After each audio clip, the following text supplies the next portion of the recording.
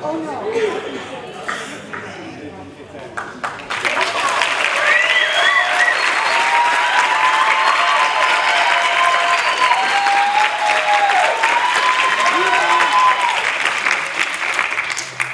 When I hear my parents fight, I don't want to grow up.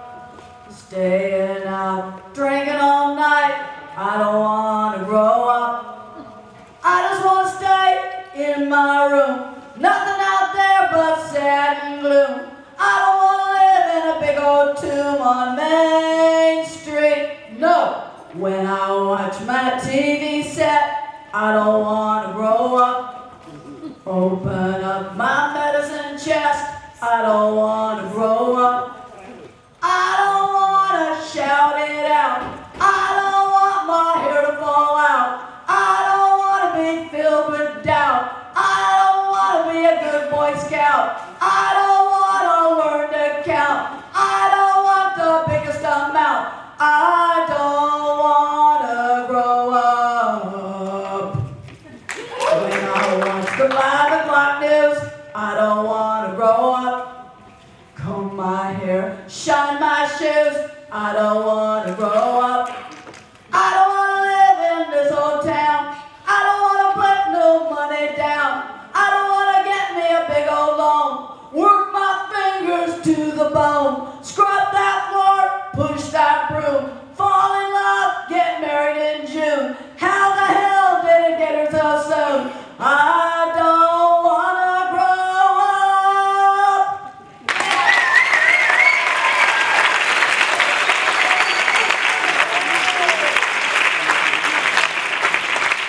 I'm going to ask somebody to shut those back doors because they distract me.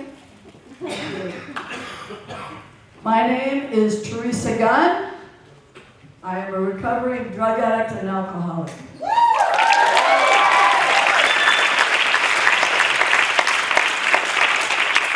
But that's not all that I am. I am also a singer, a songwriter, a music producer, and the founder of Musicians for Education Street of Dreams.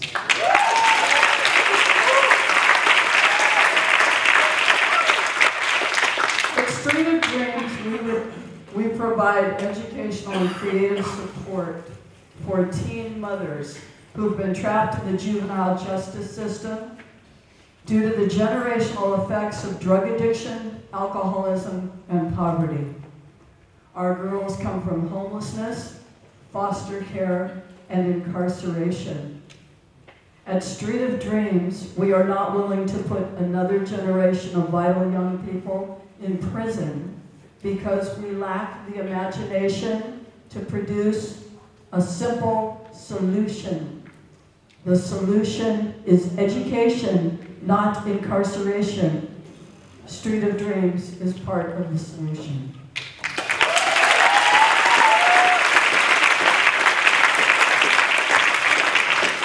So I want to welcome you to the Trailer Park Queen Show. You are in my class. I just told you about the juvenile class. This is the adult class. The adult class is a little bit different. You come here, and I'm going to tell you a story. And tonight's story is called Trailer Park Queen. Tonight's story is about my guardian angel, Juanita LaRue. And for anybody that doesn't know about my guardian angel, my guardian angel is perpetually 15 years old. She's here with me right now. You probably can't see her. I can see her. Some people can see her. She's very, very cute. She looks a lot like me, actually. She's got red hair like me. She wears cut-off jeans, cut a little too high. She wears motorcycle boots. She wears fishnet stockings and a little t-shirt. Bless her little heart. That's what I said. She's a good angel. She's a little bit of a dark angel. She drinks, she smokes, she cusses. She's the perfect angel for me. The other person this story is about tonight is my little sister Sheila. And I'm going to tell you a little bit about her before we get started. My sister and I were very close when we were growing up. We grew up in Imperial Beach, California. That's right. I was 15, my sister was 13. She was an artist. She was a beautiful young girl. And she was always drawing pictures. She was drawing pictures of fairies and angels and surfer boys and boys and girls at the beach, and she was constantly drawing. She also had a real gift for fashion design, so she made her own clothes all the time. And at that time, we got to go all the way back to 1967 to tell this story.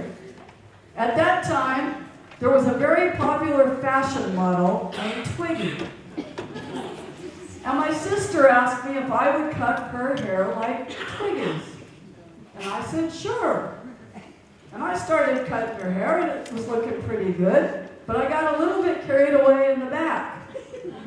So the front looked good, but I cut the back way too short. In fact, the back was completely bald. So she looked good from the front, but she couldn't turn around. She never got mad at me. She just took an old rag and wrapped it around her head and made a cute little thing in the back with the rag and pulled her hair forward, and she lived with it like that. She never said a mean word to me. She was a good sister. I loved her then, I love her now. Tonight's story is about lost. It's about going all the way, remaining loyal, and doing what you have to do. Welcome to Trailer Park Queen. Rob, I'm going to need some music.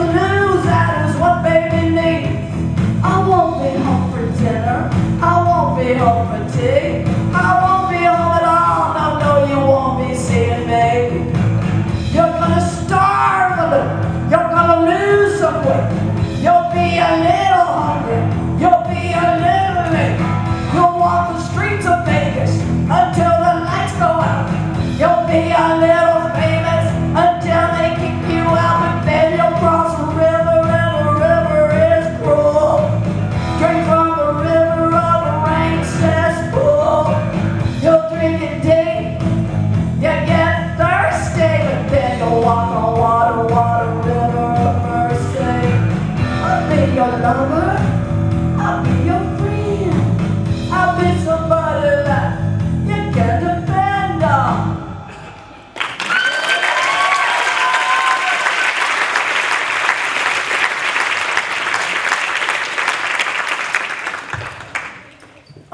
so it's 1967.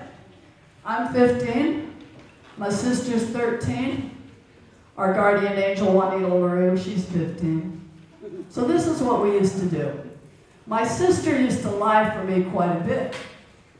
I'd be getting ready for bed, brushing my teeth, getting my PJs on. My sister would be getting ready for bed, brushing her teeth, getting her PJs on. And then we'd wait till my parents were asleep, and I'd get dressed, sneak out the window, and I'd go carry on. I'd go catting around for the whole night long, sneak back in before light came. Well, I did that all the time, and my sister covered for me constantly. Well, one morning, about 5 a.m., I was trying to get back in the window, and I heard my mother in the room. She was screaming. She was screaming at my sister. She said, "Where's your sister? Where is she? She's out there taking drugs and having sex with boys, isn't she?" And my sister said, "No, she's not, Mom. She's not. She just couldn't sleep, so she went for a walk. She's not taking drugs. She's not having sex with boys. She just couldn't sleep. She went for a walk." My poor little sister started crying. And my mom was carrying on and on and on. Finally, I came in. I said, "Mom, what's wrong?" She said, "I know you've been sneaking out. You've been taking drugs, and you've been having sex with boys, and you've been making your little sister lie for you. You're a bad influence." I said, "Mom, I don't know what you're talking about. I haven't been sneaking. I have insomnia. I'm under a lot of pressure at school. I've got a big test tomorrow. I couldn't sleep, Mom. I'm sorry, and I'll never do it again." So finally, we got that patched up. Mom leaves. I'm sitting on my bed. I'm talking to my angel, Juanita. I'm talking to my sister. I'm like, I can't believe her. I can't believe her barging into my room like this, accusing me of sneaking out, having sex with boys and taking drugs. I just feel like making a sign and putting it on my door. A big, giant sign that says, "Fuck you, keep out." And Juanita looked at me and she says, "Teresa, I don't think that's a very good idea." She said, "Number one, you are sneaking out. You are taking enough drugs to kill an elephant. You are having sex with boys. I know I'm doing those things, Juanita, but my mom doesn't know that, and I don't think she should be telling me what to do. I'm 15 years old. I think I know what I'm doing." So it went on like that for a while. A few weeks later, it was the same scene all over again, except my mom didn't catch me this time. I got in time. I got into my little bed. I was all snuggly and safe, and my mom knocks on the door really, really hard. She's pounding on the door. She's screaming now. She's having a fit. She goes, "I don't believe it! I don't believe it!" And I'm thinking, God, what doesn't she believe? I get up, I open my door, and there's the most beautiful little sign you ever saw my sister made. It was a little sign with fairies and angels and hummingbirds and surfer boys and palm trees. And right in the middle of the sign, in the most beautiful calligraphy you ever saw, it said, "Fuck you. Keep out."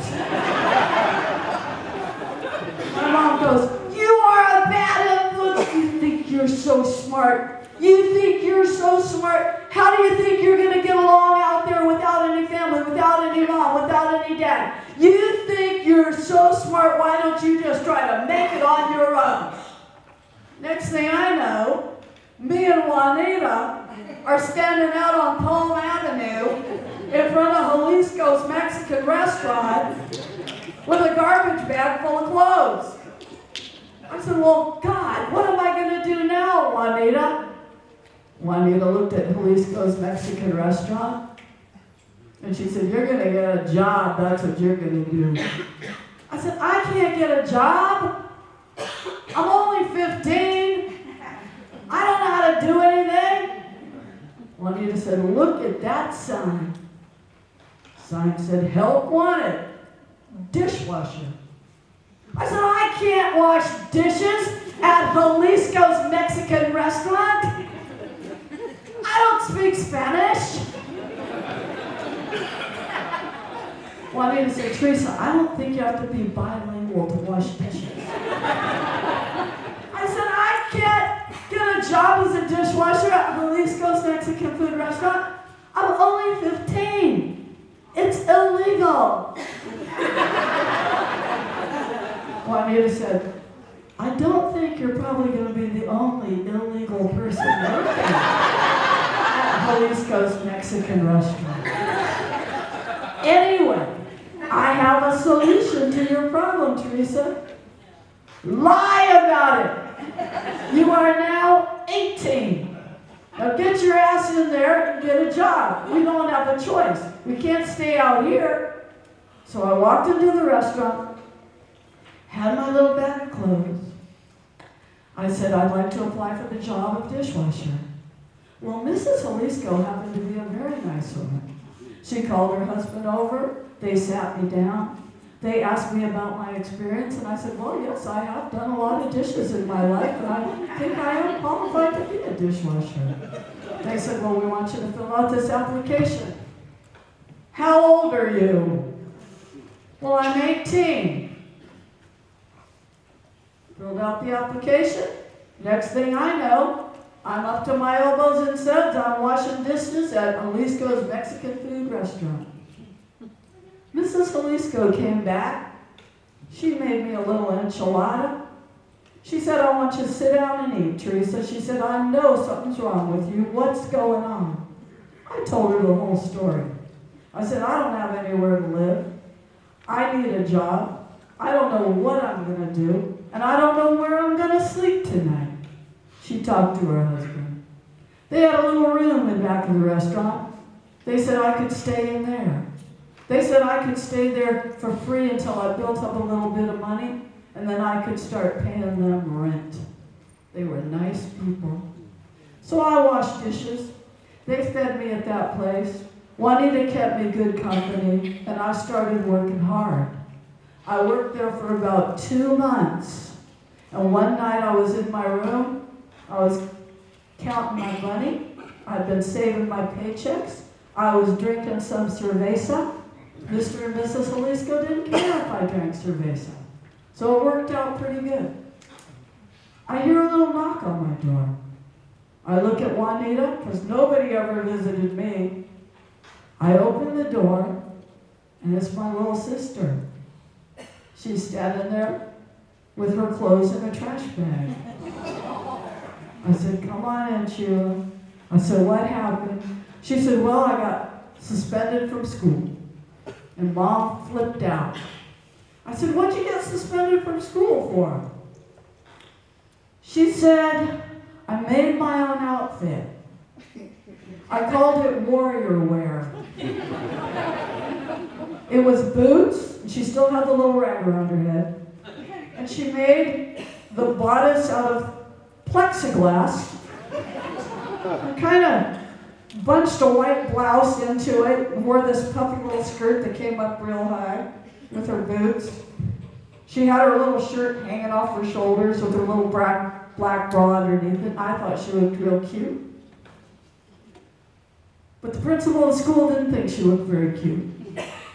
The principal sent her home. And then my mom started in. "I'm not going to let you take after your sister. You're not going to be like your sister. If you think you're so smart, you can just go live with your sister." So there we were. It was me, Sheila, and Juanita in a little room in back of Jalisco's Mexican restaurant. And we started having a pretty good time. My sister never did go back to school. She started telling me about how she didn't want to go to school. She didn't like school. She didn't fit in. And I said, but Sheila, you don't fit in because you're special. Look at you. You're so beautiful. You're so unique. You're so creative. That's why you don't fit into school. You're too creative for that school. You've got spark. And you've got enthusiasm. And you wrote that fuck you song so beautifully. It was so lovely. I loved the way you did that. Got us kicked out of the house, but things are turning out okay. I said, Sheila, if you could do anything you wanted, if you could really have your dream, what would you do? And she said, I know exactly what I'd do. I'd become a fashion designer. And I said, that's exactly what you should do. That's why you got kicked out of school. You're too creative for those people. She said, yeah, I'd never go back to school. I'd go directly to fashion school, and I've already got the school picked out. It's called Ray Vogue School of Fashion. The only problem is you have to be 18 to get in. Juanita said, I've got the solution to that. Lie about it. You are now 18. So my sister went down to Ray Vogue. She filled out all the forms. She forged my parents' name. She became 18 years old. And she became a proud student at Ray Vogue Fashion Design School. So my sister was going to Ray Vogue, and I was working at Jalisco's.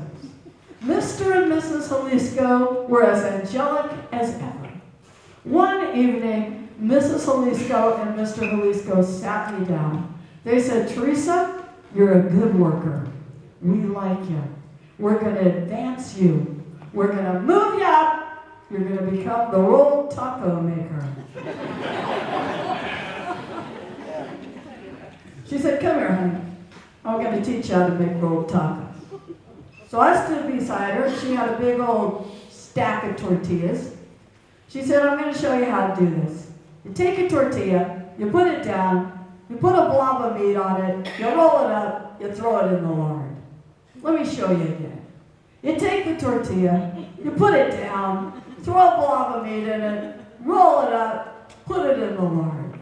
Let me show you how to do that again. Take the tortilla, you put it down, put some meat in it, roll it up, throw it in the lard. Jesus fucking Christ, she did that about 18 times. I had to sit there, I wanted to say, you're not teaching me the theory of relativity here, Mrs. Jalisco. These are rolled tacos. Anyway, I learned how to do it, and I got advanced. This involved a pay increase, so I was making more money. I was making more money, my sister was going to school, I was supporting us, and things were going pretty good. My sister comes home from school one day. She's got this guy with her. Man, this guy, I couldn't actually tell if he was a boy or a girl. I mean, you couldn't exactly call him handsome. He was pretty, this guy. I mean, he was so good looking, it was embarrassing to look at him. She said, sis, I want you to meet Lou. Lou also goes to Ray Vogue. He's going to be a fashion designer just like me. And I looked at Lou, and I didn't like Lou from the minute I saw him. Lou was too good looking. You don't want a boyfriend that's too good looking. This is a recipe for disaster. You want a boyfriend that's just good looking enough. Good looking enough to be attracted to, but not embarrassingly handsome. Lou was embarrassingly handsome. Plus, Lou thought he was hot shit. He was one of those guys that thought he knew everything. And I saw something happening to my sister when she hung around with Lou. Before she met Lou, she was this beautiful girl. She was confident. She was gorgeous. She was something. She'd walk down the street, and all these guys would follow her like stray dogs or something. And she wouldn't pay any attention to them at all. She'd just keep on walking. And she'd get to wherever she was going, and after a while the boys would just fall away because she wouldn't pay any attention to them. Her hair had started to grow out. She quit wearing the rag around her head. Her hair had gotten long and beautiful. She had become tall and older. She had become slender and gorgeous. And she was a firecracker. She was something. I was proud of her. And then Lou came into the picture. Suddenly, Sheila just didn't know as much as she used to know. And I'd say, Sheila, are you sure Lou is the guy you want to hang around with? Oh, yeah. He is so talented, and he loves me so much. I said, he loves you so much, he barely even knows you. Oh, he loves me. He does. He loves me more than anybody's ever loved me. Well, it was none of my business.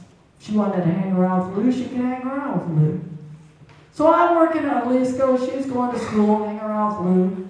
She comes home one day after school. She's got a big fat lip. I said, Sheila, how'd you get a fat lip? She said, oh, Lou, he accidentally hit me with his elbow. I said, what do you mean he accidentally hit you with his elbow? How did he accidentally hit you with his elbow? And she said, well, he was turning around real hard and hit me with his elbow. I said, well, how did that happen? She said, well, we were having a conversation, and he was telling me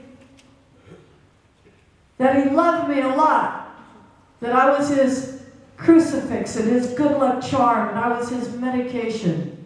And he was glad that he met me while I was still young because he could raise me up kind of like a bird dog. He could train me to be the perfect girl. And I said, Lou, I don't want to be your bird dog. And she said he turned around and kind of hit me with his elbow, but I think it was an accident. I said, Sheila, it wasn't an accident. Lou didn't accidentally hit you with his elbow. Lou said what he said. Lou wants to raise you up like a bird dog. Are you a bird dog? No. I said, did you say anything at all to him? She said, well, of course I'd said something to him. She said, well, what did you say to him? And she said, this is what I said to him. She said, I ain't your crucifix. I ain't your good luck charm. I ain't your rabbit's foot. Keep you away from harm.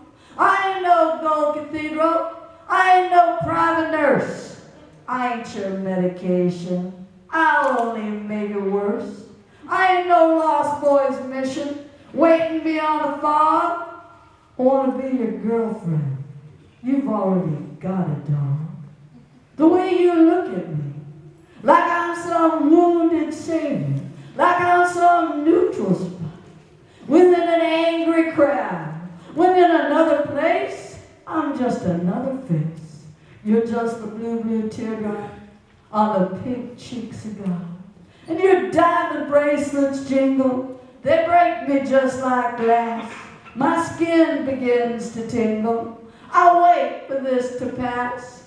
Red lipstick, red reception. Deep kisses, deep deception. Rejection for rejection. I ain't your bird dog. You think that I still love you? I love you. Bet your ass. I love your kind of love, but your kind of love don't last. I wear your favorite dresses. I wear your mother's ring. I clean up all your messes. I do you everything. I wear subtle abuse as if it is no use. Love is my last excuse to play it fast and loose. I ain't no lost boy's mission waiting beyond the fog. I want to be your sweetheart. I want to be your princess. I want to be your girlfriend. You've already got a dog.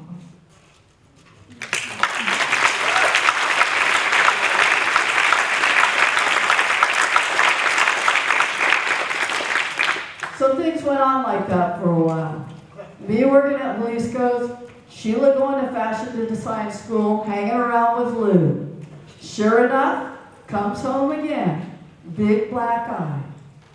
Sheila, how'd you get that black eye? And don't tell me that Lou turned around and accidentally hit you in the elbow, hit you with his elbow in your eye. Don't tell me that shit. Lou is pounding on you. And she lied. She said, no, I just walked into a wall at school, but I saw things changing. Her and Lou were starting to stay out late at night. They were starting to drink a lot. They were coming home drunk. They were carrying on, yelling at each other in the alley. They were having fun too. And they were starting to get awards, and they were starting to make a name for themselves in the school they were going to. And they became the top students. And they got articles written about them. And suddenly they were on the news, and they became kind of like local celebrities. And one evening I was sitting in my room, and I was sad. And I was crying. And my sister wasn't there, and Lou wasn't there, and Juanita was there. And she said, what's the matter with you, Teresa? And I said, look at me, Juanita. I work at a Mexican food restaurant. I barely make enough to survive. I'm just a kid. I'm trying to put my sister through school. And I'm not having any fun at all. All I do is work, and I'm watching Sheila take the wrong road. And Juanita said, I thought you were proud of your sister. And I said, I am proud of her, but I'm jealous. I wish I was in school. I wish I had a cute boyfriend, not like Lou. But I wish I had a boyfriend. I don't want to be working in this restaurant, supporting myself and my sister. This isn't what I had planned. I have dreams of my own. There's things I want to do. And Juanita said, your time will come. Your sister needs you. You're the big sister here. Be a big sister. And so I was. I listened to Juanita. So time went on. I continued to work in the restaurant. Sheila continued to do what she was doing. She did really, really well. She started to graduate early. One of her designs got into the Museum of History, and they had a big event in her honor. I wanted to get off of work early to go to Sheila's event. I asked Mr. and Mrs. Jalisco if I could get off early, and they said that I could. I was going to be late because I had been working late. I took the bus because I didn't have any way to get there. I got to the museum, and there was my sister's design. It was punk wear for the 80s. The hat was made out of a laser cut record album. We're having some kind of a strobe show in the audience or something. It was a wonderful design. There was all kinds of people there. There was all kinds of wine and hors d'oeuvres, and it was really, really fancy. But I couldn't find my sister. And I looked everywhere for her. And I said, where is Sheila? And they said, Sheila? Sheila's not here. And I said, where is she? And they said, Lou dragged her out of here about an hour ago. They were drunk. Sheila was dancing with some other guy. Lou got jealous. He grabbed her by the hair, and he dragged her out of here. And I said, didn't you try to stop him? They said, no. Lou and Sheila carry on like that all the time. Why would we stop them? And I said, well, where is she? They said, we don't know. Last we saw, he was dragging her out into the alley. So I got home as fast as I could. And when I got to my little room, all the lights were off, and I walked in, and I heard my sister's voice. She said, don't turn on the light. And I saw a little bunched up blanket over in the corner. And I went over to her, and there was hardly any light in the room. And she was naked, and she had a little blanket wrapped around her. And her hair was matted with blood. Her eyes were swollen shut. Her teeth had been knocked clear through her lip. She had bruises and scratches. Her legs were bloody. And she wasn't even crying. And I said, "Did Lou do this to you?" She said, "I deserved it." And I said, "Didn't deserve this? Why would you deserve this?" She said, "Because I knew what he was. I knew what he was, and I went out with him anyway. I deserve every bit of it." I said, "You don't deserve it. I'm calling the police." She said, "Don't call the police. Don't call anybody. I'll be fine." So I cleaned her up, and I put her on the couch, and I slept on the floor. And in the morning when I woke up, she was gone. And there was a note. "Don't try to follow me. Thank you for supporting me and helping me to get through school. Do not try to find me. Please respect my wishes." And I looked at Juanita and I said, "What are we going to do?" And she said, "You're going to do what your sister asked you to do. You're going to respect her wishes. Leave her alone. She's gone off to heal. She knows what she's doing." And I said, "But Juanita, I can't. I can't just leave her. I can't let her just go off. She's just a kid." Juanita said, "You're just a kid. You're just a kid trying to raise another kid. Leave her be for a while." So I did. I tried to get on with my life. I tried to work. I tried to act like everything was normal. Everything wasn't normal. My sister was gone, and I didn't know where she was. After a few weeks, I received a postcard, and it said, "Don't worry about me, I'm okay." And those postcards started to come regularly. And a couple of years went by. And I finally got a postcard, and I said, "Juanita, I'm going to follow this postcard, and I'm going to go find her." It had been 3 years. The postcard was marked Tucson, Arizona. We borrowed a car. We headed east, and we started driving to Tucson. We drove and we drove and we drove. We found the zip code. The zip code was in a place called 3 Points. 3 Points, Arizona. It was just a little place out in bumfuck. It wasn't even a town. All it was a gas station and a little store. We got some gas. We bought some chips. I said, "You know, I'm looking for my sister. I wonder if you'd know anybody out here that might match this description. She's a real pretty girl. She has red hair."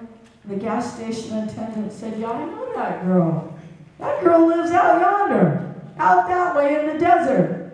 He said, "If you follow that road, it's going to be a long ways, but she's out there." So we got in the car. We started driving in the desert. There was nothing out there. Cactuses. It was flat. It was barren. It was hot. It was like driving on the sun. We started to see some in the distance. It looked like an oasis. Suddenly, there was green. It looked like bamboo. It looked like desert trees or something. It actually looked kind of pretty. As we got closer, there was a big metal sign. It said, "Sanctum Sanctorum." There were metal gates. And as we got closer, we could see the place was beautiful. There were flowers. There were hummingbirds. There were animals. And I got to the gate, and there was this little teardrop trailer.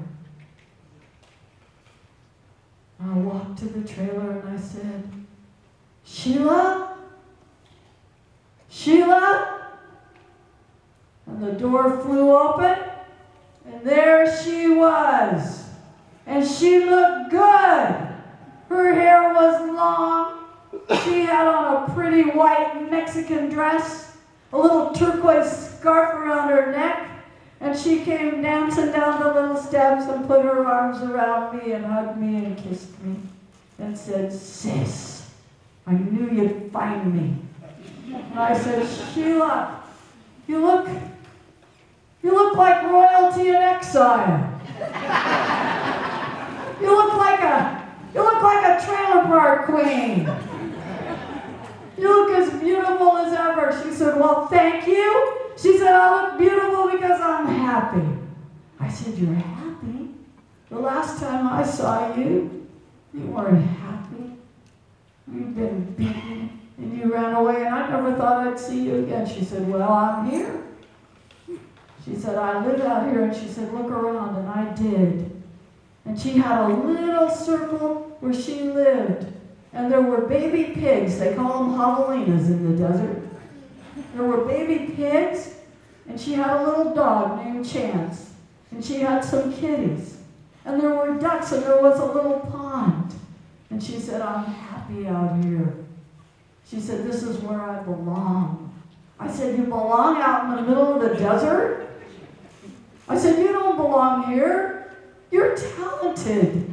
You have a gift. You're a gifted fashion designer. Your last fashion was in the Museum of History." She said, "That wasn't me. I wasn't doing that for me. I was doing it for you. I wanted you to be proud of me. I wanted to do something so you'd be proud of me. You were working so hard. That wasn't the life for me. Look what happened to me hooking up with that guy, Lou. That was so much pressure. I don't like pressure like that. I don't like being in the limelight. I like being out here. I like being in the desert with these animals and these plants and these flowers. It's peaceful out here." She said, "I quit drinking. I don't drink anymore." She said, "I go with a little group over there. We're called Desert Drunks. But we don't drink." She said, there's an Indian school not far from here, and I volunteer my time at the Indian school. I volunteer as a teaching artist." And she said, "And I make a little money too because I paint." And she showed me her paintings, and they were beautiful. They were paintings of Indian women wrapped in Indian blankets, and they were gorgeous. She said, "Yeah, I sit on the side of the road and I line up my paintings. People drive by and they buy them." She said, "Sis, I'm happy. I like living out here. You don't have to worry about me. I'm okay." And she said, "I want you to be okay. I want you to go back, and I want you to take care of yourself. I want you to put yourself into school. I want you to have your own dreams and become what you want to be. And don't worry about me. And I'd like you to leave now. I'd like you to leave me to my life." And I said, "Sheila, I really want you to come back with me. I don't want to leave you here by yourself." She said, "There's something I'm not telling you." She said, "When Lou dragged me out into that alley, he was beating me. He was going to kill me. I could see it in his eyes. A rage took over him." And she said, "When I thought that he was going to hit me so hard in the face that it would end my life, I left my body. And I could see myself down in the alley. And he was doing terrible things to me, sis." And she said, "You're not going to believe this, but I was visited by angels, one on each side. And they took me up. And they took me up to heaven, and I met God. And God isn't anything like people think he is. God lives in a very modest, white, painted house. He's got a porch swing. He lives in the Georgia Pines. And he looks just exactly like Bob Marley. I think God is Bob Marley. And she said I was walking up to God with the angels on each side of me, and my clothes were torn, and my teeth were sticking through my lip, and my eyes were swollen, and God was eating a big old plate of fried chicken. And he had a big old bowl of greens. And he scooted over on the porch swing, and he patted the swing like that. And I sat down next to him. And he said, well, what's the problem, honey? And I told him what had happened. And he said, well, what's your dream? If you could have anything you wanted, what would you do? And I told God, I said, I think I'd just live out in the desert. I think I'd have a quiet life. I think I'd paint beautiful pictures of Indian girls and sell them along the side of the road. I think I'd volunteer as an artist at the Indian school. And I think I'd live a quiet life. And I'd take care of the animals. I'd take care of the little desert animals that needed help. And God said, well, why can't you do that, honey? And I said, I can't do it. My sister expects so much of me. My sister expects me to become a famous fashion designer. And I don't want to disappoint her. And God said, you can't disappoint your sister. You can't disappoint me, and I'm God. I'm the one telling you can do anything you want to do. You want to live out in the desert all by yourself and help the desert animals and volunteer at the Indian school, paint pictures of Indian women? You can do that. You're protected by angels. I'm going to take care of you. Is that what you want? Yeah, God, that's really what I want. And sis, the next thing I knew, I was back in my body, and I don't know how I got back to our room, but I got there. And I knew that I had to get out of here. That if I didn't get out of here, I was going to die. And I found my way here, and I've made a life for myself, and this is where I'm going to stay. And I need you to let me be. You can love me, sis, but you can't change me. And this is what I want. And I want to thank you for coming. But I want you to go now. And I don't want you to come back anymore. I want you to go take care of yourself. And as we were walking away, me and Juanita, she yelled at me. She said, sis, please close those gates. The gates that say Sanctum Sanctorum. Close those gates behind you so the javelinas don't get out. I said, okay. We closed the gates, and underneath the sign that said Sanctum Sanctorum, there was a beautiful little hand-painted sign with fairies and angels and daffodils and surfer boys. And it said, fuck you. Keep out. I think I'm going to need a little music now.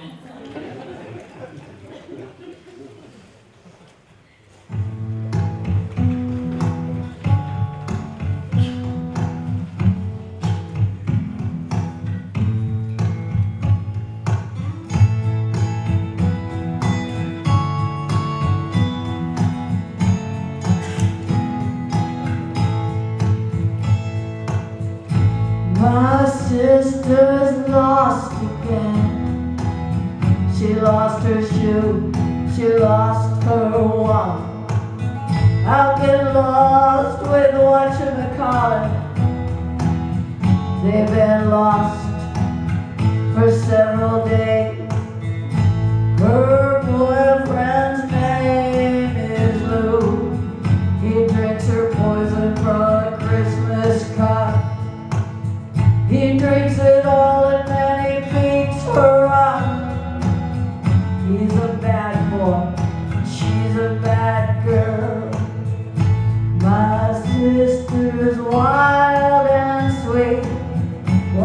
walks in a world that burns her feet. One flat tire and a drive-through screen. Pretty little girl is a trailer park queen.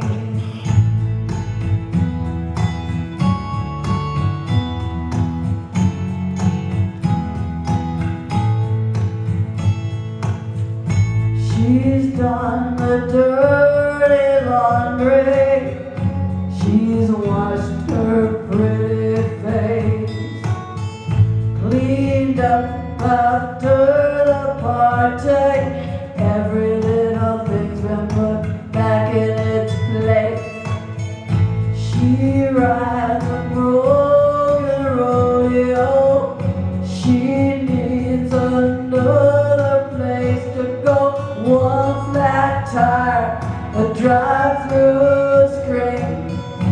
Her boyfriend, pretty but me, accustomed to the finer things. The pretty little girl is a trailer park queen.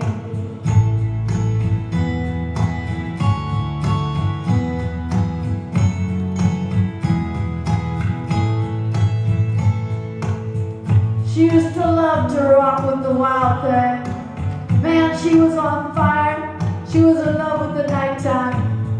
These days she just hangs back, hides in the trailer. Sometimes I think she's just hiding. But she says to me, she says, you know, sis, I am a wild thing. And wild things leave skin behind. They leave tooth and bone and a wild sign. So they can be followed by their own kind. So they can meet up in a secret place and give a secret sign, give a secret face. Because trailer park people are just like us. They count their days from 1 to 7. Find them out yonder just parking old cars. Parking old cars down in trailer park heaven.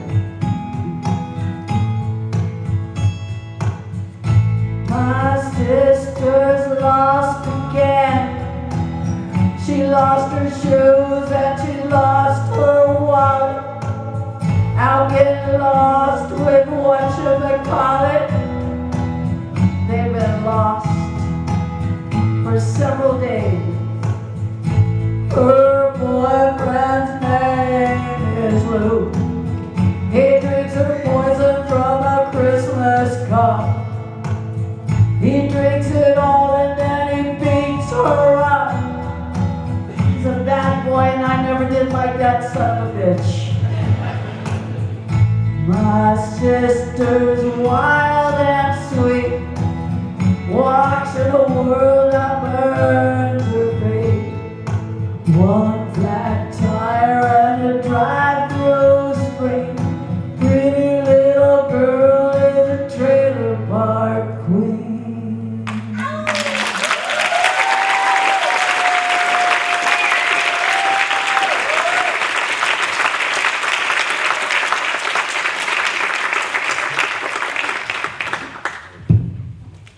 Rob, I'm going to have you play that last song.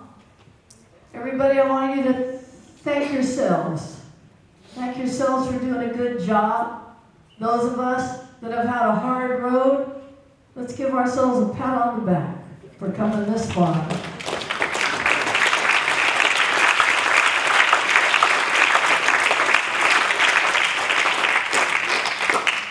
I haven't seen my guardian angel in a while now.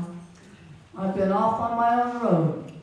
But whenever I need Juanita, I know she'll be there.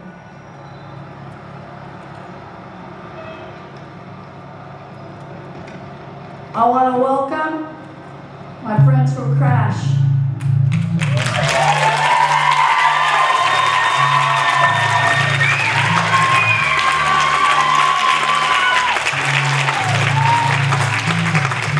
I want to welcome all the handsome men from the Lighthouse.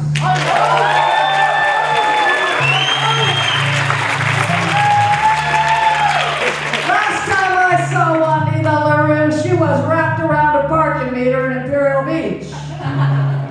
She was sunbathing in nothing but her birthday suit. Drunk as a skunk by the time the police arrived. 30 days Salinas with a bullet. When I leave this place tonight, I'm in south, in a secret compartment of a red Carmen Ghia with a nameless yet exotic welder from the shipyard. And we're gonna drive not quite to San Isidro, but just to Imperial Beach. We're gonna find a dark, respectable residential neighborhood, and we're gonna write, "Fuck you! Keep out!" on Joe Black's garage door.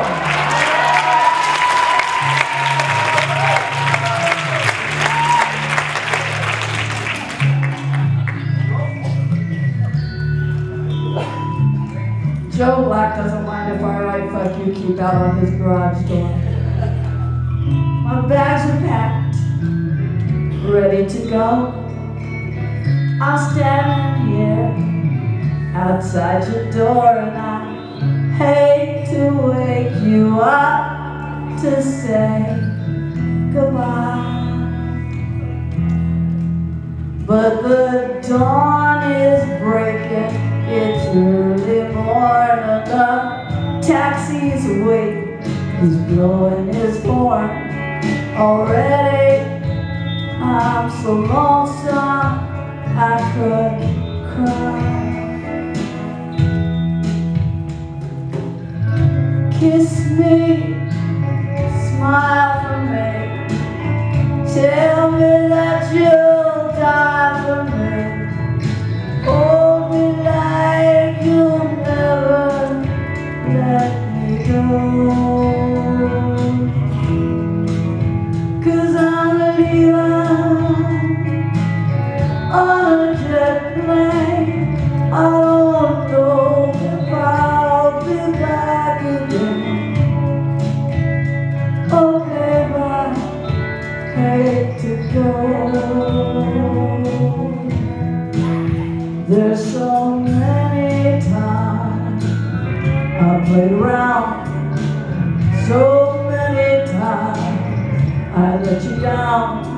I tell you now, they don't mean a thing. Every place I go, I think of you. Every song I sing for you. When I come home, I'll wear your wedding ring.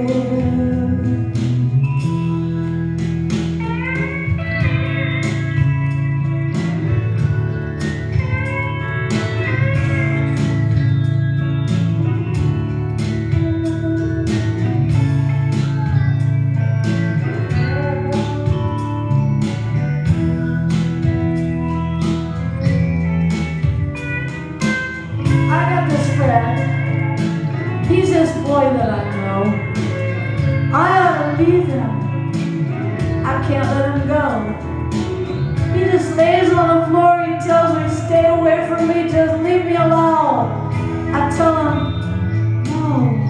I tell him, laugh in the good time, cry in the bad time. When you don't know, you don't do nothing at all. Hold on to me, sweet prince, hold on real tight. You're fixing to take a mighty big fall. Tell him I've been hungry, I've been lonely, I've been down, ain't down no more, scared to my bones, darkness below, ain't gonna go down there no more. Don't drink that poison, numbs out pain. Don't get so drunk that you don't hear the goddamn rain, because the rain is a chorus, a secret code. Take you from dark and put you back in the light.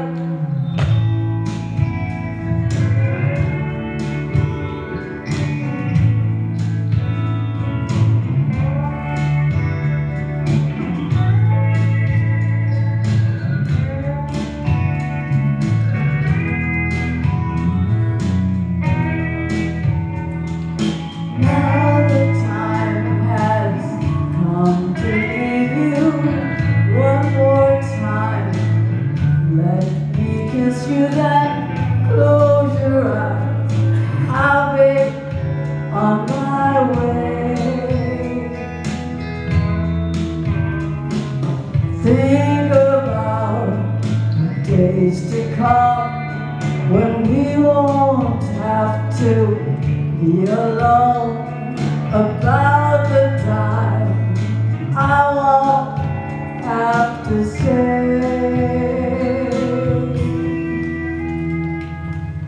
I've been hungry, I've been lonely, I've been down, ain't down no more, scared to my bones of darkness below. Ain't gonna go down there, no.